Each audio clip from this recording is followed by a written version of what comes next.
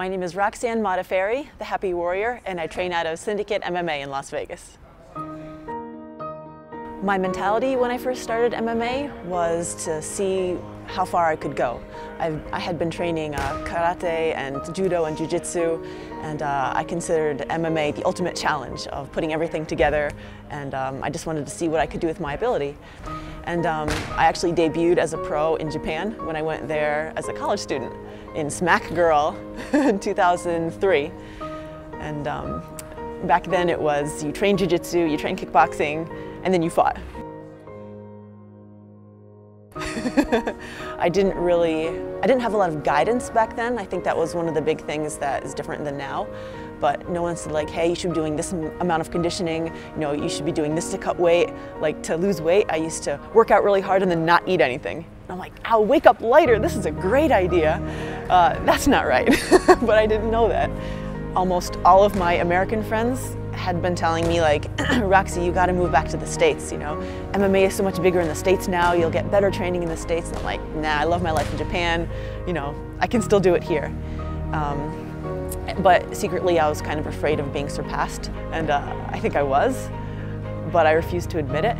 And when I came back to the States for The Ultimate Fighter and I spent, you know, 6 weeks here, I realized like, wow, these coaches are really fine-tuning my training, they're really instructing me, they're really guiding me in a way that I've never really been guided before in Japan. So I decided that if I was ever gonna make a run and try to do something awesome with myself for MMA, you know, I need to go back now. So I decided to, you know, come back, and I'm really lucky that I found Syndicate.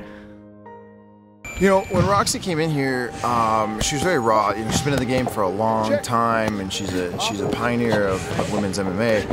She knew a lot, but I think being over in Japan, you know, they have a different style of MMA, a different style of just how they use everything. And one thing I picked up with her real quick is she moves a lot. She's awkward. She was, you know, she did a lot of weird stuff, but it was effective. So what I've really tried to do with Roxy over the last year is keep her awkward, keep her movement and everything weird, which has worked really well for us, but just getting her to know why she's moving, what she's doing, and for everything for a purpose.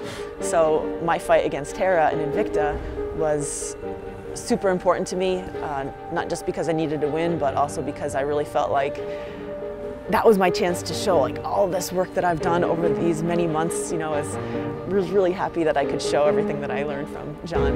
Her last fight, I have to say that's one of my most proud moments as a coach ever.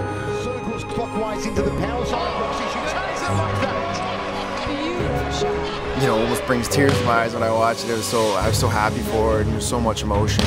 And she really impressed me in all aspects of everything translated that we worked on, that we you know, game planned, and she just went out there and did it, and it was awesome, and I was really, really proud of her. I felt totally different as a fighter against Tara that night. My mind was super clear, the techniques were coming, I was relaxed, just everything felt on point, and I felt like a totally different fighter. Super Roxy.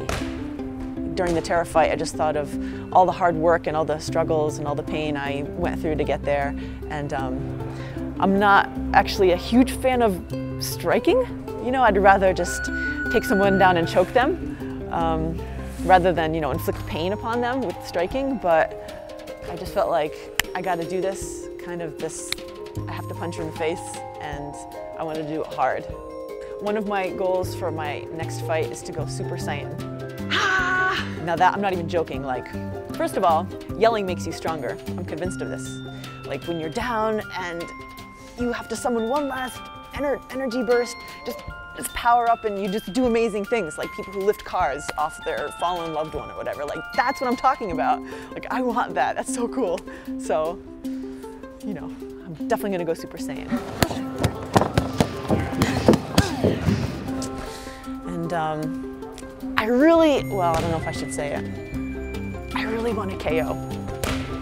You know, I have been fighting for 11 years, so I think it's, you know, about time.